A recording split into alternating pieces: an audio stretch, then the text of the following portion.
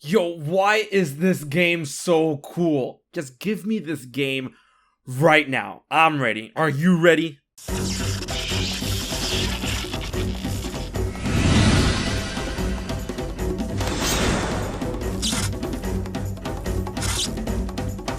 What is up, Zelda fans? It's your boy HMK here, and we got a huge batch of information that was fed to us in such a great way from Nintendo Treehouse when it comes to Hyrule Warriors Age of Calamity. Although the presentation was about 20 minutes long, it gave us a lot, and I mean a lot of cool stuff. And from that stuff, I want to go over 10 really cool things we learned during the Age of Calamity Nintendo Treehouse event. These aren't in any specific order, so let's stop wasting time and get right into the noise.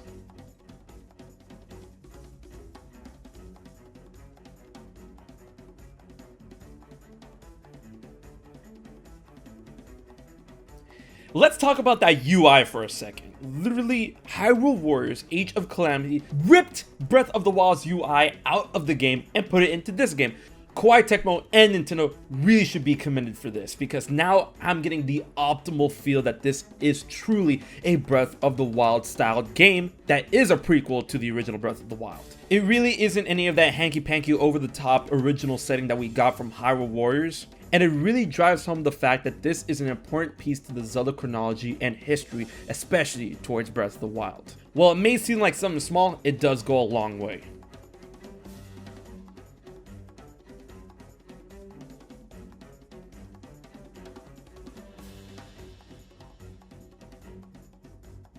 The field boss variety. So we already got the confirmation that Hinoxes were going to be in the game from the cover of Age of Calamity, and that we see Guardians running around, as well as Taluses and stuff, but we also got the roundabout confirmation that Moldugas are going to be in the game when going into Gerudo Desert. Of course, each of these bosses have to be fought in a different way in Breath of the Wild, and it's probably going to be the same way for Age of Calamity. So it really makes me wonder how we're going to fight Moldugas in this game, considering the difference in gameplay style.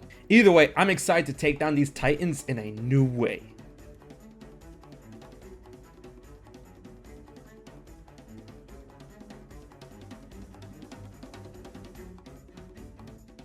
And oh boy, the gameplay! We saw gameplay for Link using two-handed weapons, Zelda, and yes, the queen herself, Urbosa. All of them look extremely fun to play, and they all have their own type of gimmicks, especially with Urbosa with controlling lightning through Urbosa's Fury. Another real cool aspect that we learned from this is that all characters will have the ability to wall jump. While we haven't seen it in action yet, the option is there whenever a character approaches a wall. And with the exciting differences of gameplay styles, abilities, and motifs, I think it's safe to say that this Warriors game is going to be one of the most fleshed out I've seen.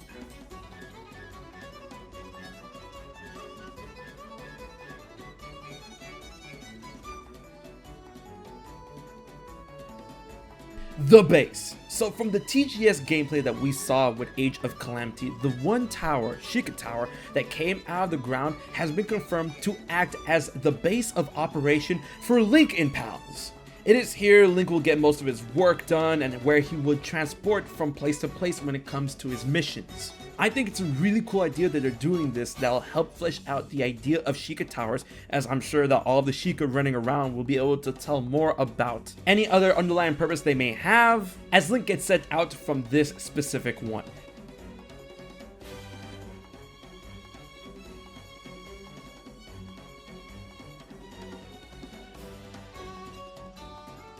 When it comes to the weapons and styles, we got a bunch of different weapon types for Link specifically that they were messing around with in the gameplay.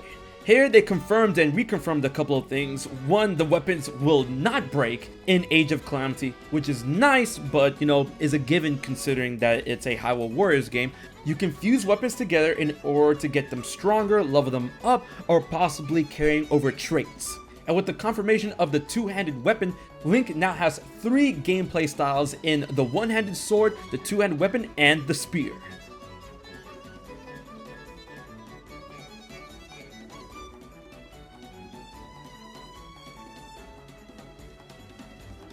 Link is confirmed finally to be from Hatano Village. This is a small thing, but very interesting and finally a confirmation. It's been heavily implied that before the Calamity, Link and his family were actually from Hatano Village. But now we have the full-on confirmation from the presenter of Age of Calamity saying when it comes to a mission related to Hatano, it's like, oh, Link is from there, which is really cool. So I think that's kind of funny considering that the memes are being spread around that Link had to buy his house twice.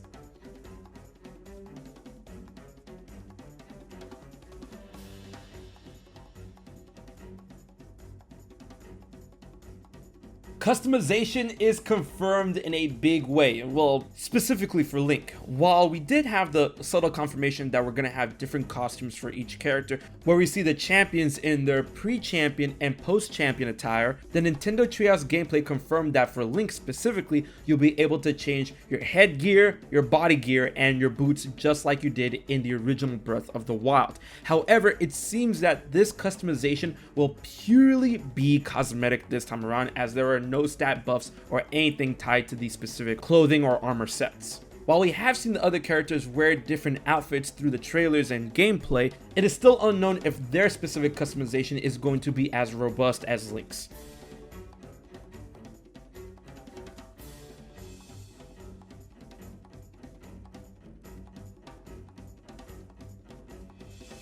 That's right, Master Koga returns! Well, kinda sorta. In the mission with Urbosa, Link, and Zelda in Gerudo Valley, it states the final mission objective of defeating Master Koga.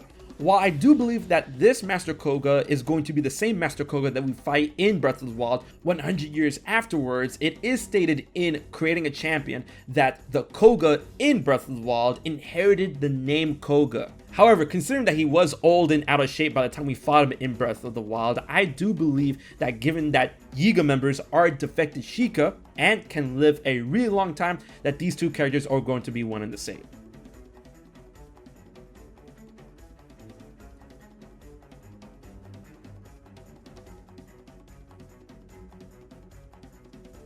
The map. Oh man, the map.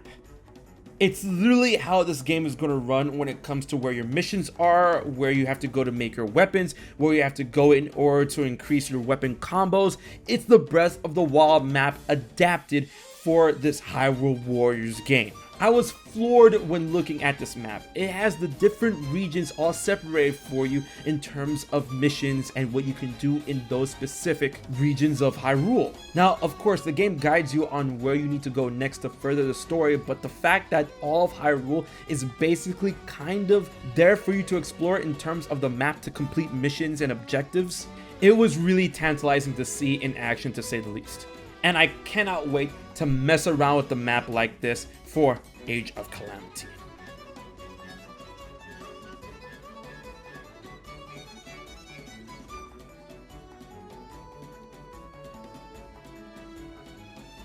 Now this one was really cool. It's Impa summoning a toad! Just like a ninja, because she is a ninja, Sheikah ninjas. Yes, Impa has the ability to summon it in Age of Calamity. I know it's not that huge, big deal, but I thought it was really cool to put on this list. It's still currently unknown when it comes to the button formation or what you exactly need to bring out this toad, but I'm like, bro, the Naruto fanbase is going to have a field day for this, and I am all for it. And personally, if Robbie and Purah do get confirmed to be playable, maybe they can summon too. I mean, Purah has that mask in Breath of the Wild that kind of looks like an owl, like a bird. Maybe she can summon birds. And Robbie has that mask with those lizard-like goggles. Maybe he can summon lizards. I don't know. What do you guys think? If Robbie and Purah were playable, what would they summon? Leave a comment in the comment section below. But the fact that she's able to use those different jutsus is really cool, and I cannot wait for Age of Calamity. And there you have it, ladies and gentlemen. 10 really cool things we learned from the recent gameplay presentation from Nintendo Treehouse. I've got a lot more content in store leading up to the release of Age of Calamity, and I cannot wait for the game. Leave your thoughts in the comment section, and don't forget to like, share, favorite, and most importantly, subscribe to HMK for more awesome content every week. If you want to find out how you can support HMK for just $1 a month, please check out my Patreon info in the description box below. Thanks to all my rad Patreons that helped make this video happen. Alright guys, until the next one, this has been HMK, and I'll check you guys later.